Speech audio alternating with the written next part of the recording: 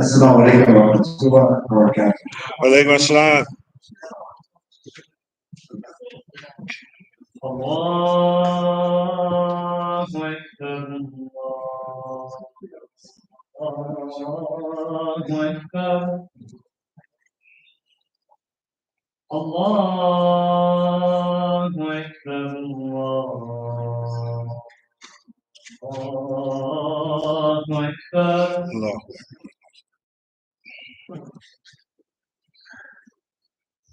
أشهد أن لا إله إلا الله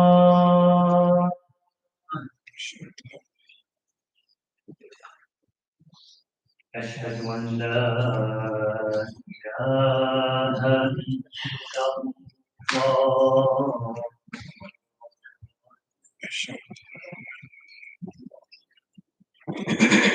أشهد أن محمدا رسول الله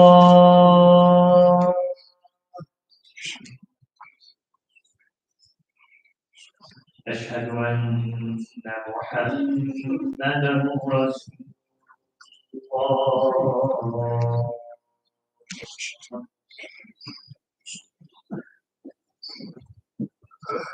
حي على الصلاة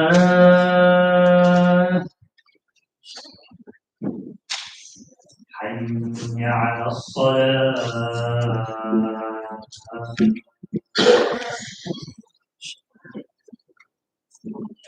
حي على الفلاح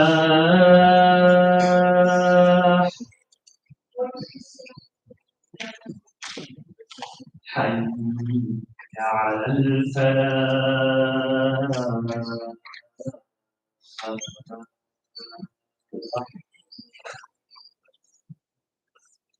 الله أكبر الله أكبر. لا إله إلا الله.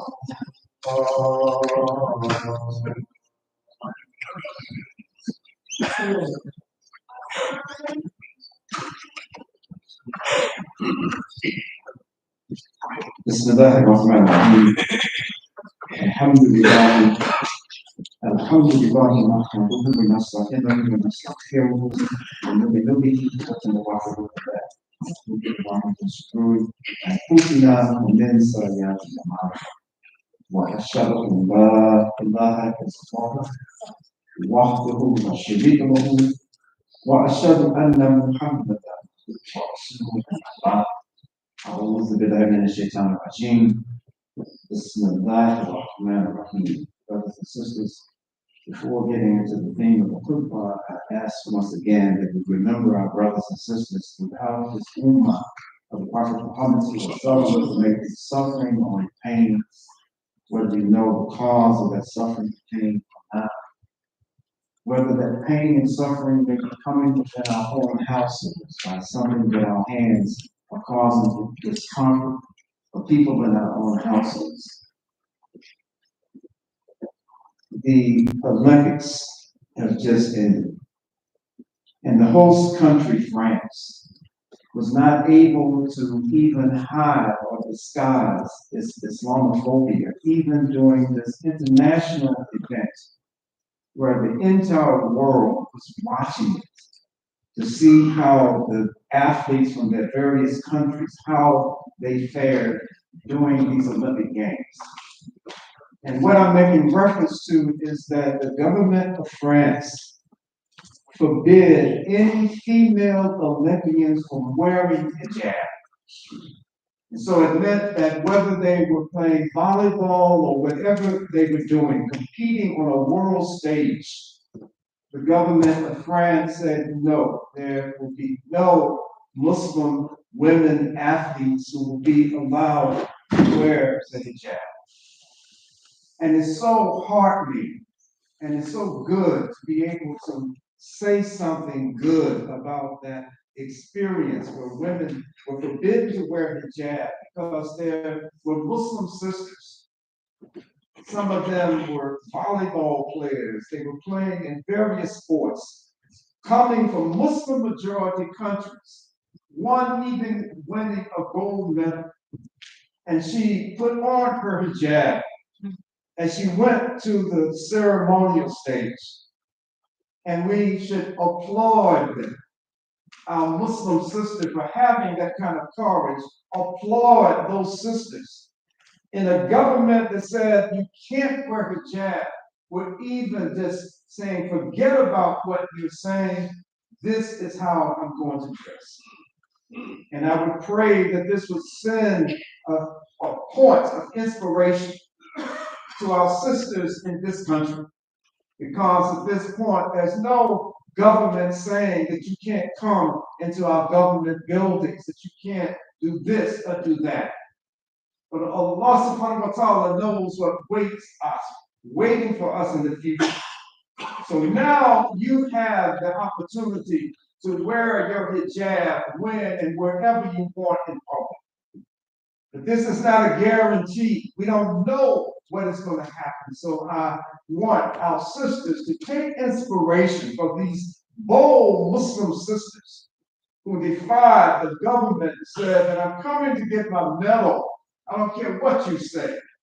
This is how I dress, and this is how I'm going to receive my medal. Brothers and sisters, in France, there is a very anti-Muslim climate. It's been going on for a long time, but now it's fired back up. And there are anti-Muslim riots. There are other things going on, and that Algerian population is being reported that so many are either being deported back to Algeria or they are voluntarily trying to get back to their homes because of the Islamophobic environment that has been created during this time in the European country of France. Brothers and sisters, remember our brothers and sisters in Kashmir. And Kashmir, the part of Kashmir is an Indian Hindu government dominated area. And our brothers and sisters who are standing up against the oppression of this government, many of them are being shut down, many of them are being arrested and tortured in prisons. Remember our brothers and sisters who are being tortured and being killed only for the fact that they are Muslim and continue to identify with this Deen al-Haq. And remember our brothers and sisters in Philistine who are continuing to suffer this ongoing genocide as the world just stands back and watch. And what are these governments who have the capacity, like the United States, what are they waiting for? Are they waiting for there to be no more Palestinian men, women, or children in Gaza?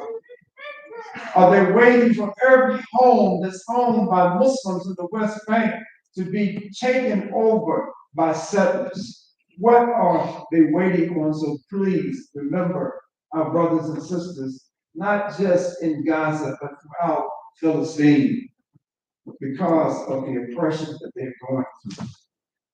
Brothers and sisters, I won't take much of your time, but I want to remind myself and remind you of a theme that goes throughout the Quran, a theme that goes throughout the hadith of the Prophet Muhammad sallallahu, and a theme that through this prophetic sunnah we find so many examples of this theme, how it's encouraging you and I to do a certain thing, and don't be tired, don't flag and stop and say that I've done this for so long, that I've done it long enough.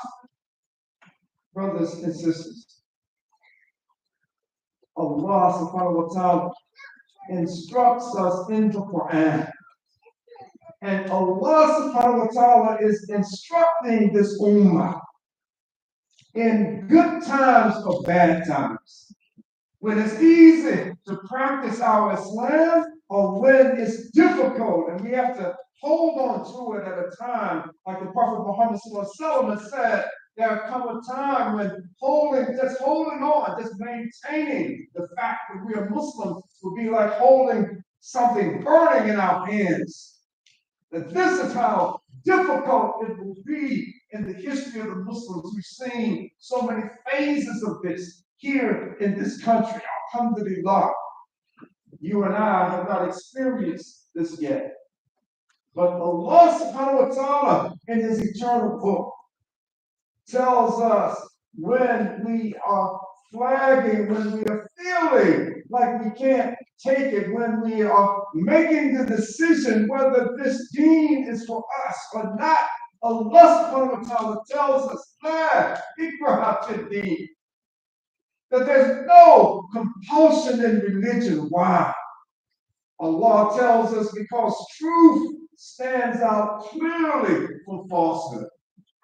And so this is the haq, this deen itself is the truth that Allah subhanahu wa ta'ala has manifest in human society, the best example being under the leadership of the Prophet Muhammad sallallahu alaihi wasallam. But you and I know there's no greater truth than the truth that Allah subhanahu wa ta'ala tells us in the Quran, the truth that was manifest in the life of the Prophet Muhammad sallallahu alaihi wasallam, and that best generation, those Sahaba. Allah subhanahu wa ta'ala tells us that those who believe and do righteous deeds and establish prayer and give zakah will have their reward with their Lord, and there be no fear concerning them, nor will they grieve. That Allah is promising that if you and I hold on to this thing, regardless of the hardship that we may go through, that there's this eternal reward that is waiting for us. It's no different than what any of the prophets before the Prophet Muhammad had pronounced to their people. Same message. But this is just the final message, the final revelation to mankind. Brothers and sisters, you and I know about the wife of the Prophet Muhammad, Aisha, that we know that Aisha was a very brilliant young woman. You and I know that there were men after the death of the Prophet Muhammad who would come to Aisha and ask Aisha to give them tafsir about ayahs from the Quran. What did the Prophet Muhammad say about this ayah and that ayah? And there were those who came to Aisha after the death of the Prophet Muhammad and they asked her, what deeds, according to the Prophet, your husband, the Prophet Muhammad, what deeds did Allah subhanahu wa ta'ala reveal to the Prophet that were most pleasing, the most loved deeds that we can do as human beings? And Aisha, said that my husband, the Prophet Muhammad has said that the deeds that Allah loves the most are those which are regular and constant, even though it may just be a few of those deeds. That the Prophet Muhammad was letting this ummah know that it's not the volume of things that we do. You and I know we have to make salah 5 times a day. We have to fast. During Ramadan, pay zakat. We have to make hajj if we can afford it. We know these things. But now, after the death of the Prophet Muhammad, they are coming to his beloved wife Aisha and asking, what deeds did the Prophet Muhammad say are most endeared, most loved by Allah subhanahu wa ta'ala? And she said, those which you do regularly and consistently, even though it just may be a few things that you're doing. This is what Allah subhanahu wa ta'ala loves the most. Brothers and sisters, when we look at the life of the Prophet Muhammad, we can see those things. And in the interest of time, I'm not going to go through a lot of detail, or you know it better than I. But when we look at the life of the Prophet Muhammad, we know his regularity. We know his consistency with Salat. We know how he would stand in the middle of the night, sleeping little during the nighttime, and stand praying to Allah subhanahu wa ta'ala till his ankles would swell. We know how the Prophet Muhammad, we know his fasting regimen. We know his acts of ibadah. But Allah subhanahu wa ta'ala through Aisha radiallahu anhu in relating with the Prophet Muhammad when they were asking and wanted to know about the things that he did. You and I know in the prophetic literature that the Prophet Muhammad was consistent in feeding the poor. He was consistent in helping those who were in need. He was consistent in calling people to the worship of Allah subhanahu wa ta'ala. That there was a consistency about what the Prophet Muhammad did that set an example as to how, no matter what good thing that we're doing, if we have the capacity, continue to do it and add more. But if we just do one thing that's good, like the Prophet Muhammad, it was his practice that when he heard about someone sick, when he noticed that someone was not in the salat line or someone was not at the masjid, he would inquire, what is going on? Where is this brother? I haven't seen him in a while. So he would consistently, in his role, in his prophetic role, he would go out and he would visit those who were sick. If he heard about where someone was sick, After Fajr, he would go immediately after Fajr. He wouldn't waste time at any time of the day when he knew that someone was sick. So this is something that you and I, a small thing, a relative small thing in this whole spectrum of Islam. It's a small thing, but it's something that pleases Allah subhanahu wa ta'ala. If that's the only thing that we can do, then the course of a day, course of a week, we have jobs, we are so busy. But if we can carve out a time, just like we carve out for our jobs, so I know this brother is sick or in a hospital, I'm going to visit that person. Carve out a day, a time in each and every week and visit the sick on a regular basis.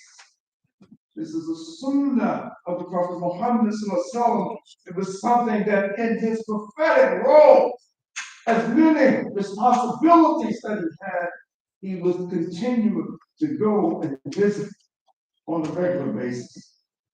Brothers and sisters, there's so many other things, but I want to, in the interest of time, talk about a special group of Sahaba. We can pick any one of the Sahaba for the most part, and we can say, if I can only be like that Sahaba, if I can only be as consistent in my behavior as that Sahaba, maybe Allah subhanahu wa ta'ala will have mercy on me. Forgive me my shortcomings and grant me Jannah. I want to just mention a few of these Sahaba and the consistency that every one of them did. They weren't short-term sprinters on this path leading back to Allah. From the time that they committed, themselves to the worship of Allah subhanahu wa ta'ala and following the sunnah of the Prophet Muhammad sallallahu alaihi wasallam, if they were physically capable, they continued until death to practice this Islam and these aspects of Islam in a consistent manner. Maybe when I start mentioning names, you recognize the category that these special people fall in the history of Islam. The first one I will mention, of course, is Abu Bakr as-Siddiq. There was something about Abu Bakr as-Siddiq other than just being a good friend before Islam, before the revelation to the Prophet Muhammad sallallahu alaihi wasallam. He was this lifelong friend of the Prophet Muhammad sallallahu alaihi wasallam, but that's not what made him special. But Abu Bakr as-Siddiq was an example that Allah subhanahu wa ta'ala preserved for us, one of the most consistent in doing Amal Salihin, doing just good, righteous deeds. He was one of the most consistent Muslims outside the example of the Prophet Muhammad sallallahu alaihi wasallam that we can look to and say that from the time that he embraced Islam, at the first adult male to embrace this message of La ilaha illallah, he was consistent in his actions, consistent in his behavior. We know about the generosity of Abu Bakr as-Siddiq. We know how he used his wealth to free so many of those who became Muslim who were slaves. We know that there was never a time when the Prophet Muhammad was calling for the material wealth of the Ummah, either to wage a campaign or to feed people, that Abu Bakr as-Siddiq, all he had to do was just hear it. He was consistently the most generous person that the history records about this Ummah of the Prophet Muhammad sallallahu alaihi wasallam. We know the story of Umar ibn al-Khattab. We know that there was never a moment from the time that Allah guided Umar to Islam that he was not consistent in taking a firm stand for Islam and against anyone who was opposing this new movement on the Arabian Peninsula.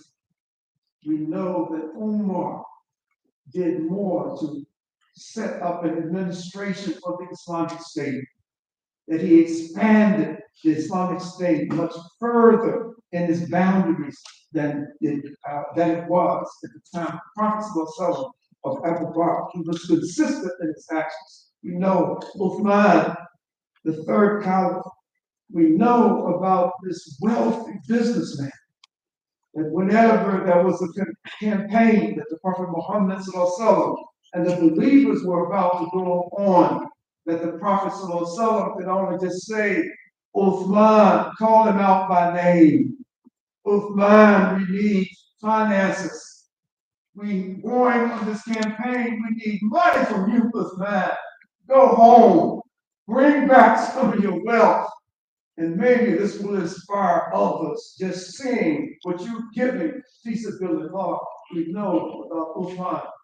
We know about Ali, the cousin of the Prophet Muhammad. We know about the knowledge of Ali. We know about his piety. We know about his bravery.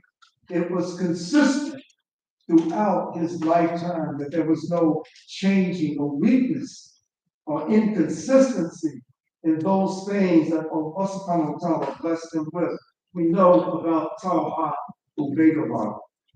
We know that he, on just looking at his life as a Muslim, that he was one of the bravest in combat of all of the Sahaba. We know that he was loyal to the Prophet Muhammad. We know that he was a wealthy merchant and would give whatever he had, feasibility law. We know about Zubair ibn al-Awwam, that he was one of the earliest combats. We know about his bravery in the Maghazis that were led by the Prophet Muhammad. We know about Abdul Rahman ibn Auf. We know how wealthy he was and how much he gave to the cause of Allah. We know about Sa'd ibn Abi Waqqas. We know about his military campaigns and his brilliance and strategy. We know that he was the one that Allah subhanahu wa ta'ala used to open this kingdom of Persia to Islam. We know about Abu Ubaidah ibn al-Jarrah. We know about his trustworthiness. We know that he was an instrument that Allah subhanahu wa ta'ala used for humility. There was never a moment in his life where, as Muslim life, that there was nothing but humility coming from him and bravery. Now, what do these folks have and brothers have in common? They have in common that the Prophet Muhammad said to these 10 people that you are going to Jannah. In one setting, at one time, these were not the only ones that the Prophet Muhammad were going to paradise. But in one setting, he named these brothers and said that they're going to Jannah. A common thread with all of them was consistency. No matter what good they would do, they are known for that good because they were consistent, and we know their stories because they were those blessed 10 men that the Prophet Muhammad one time said that you're guaranteed Jannah.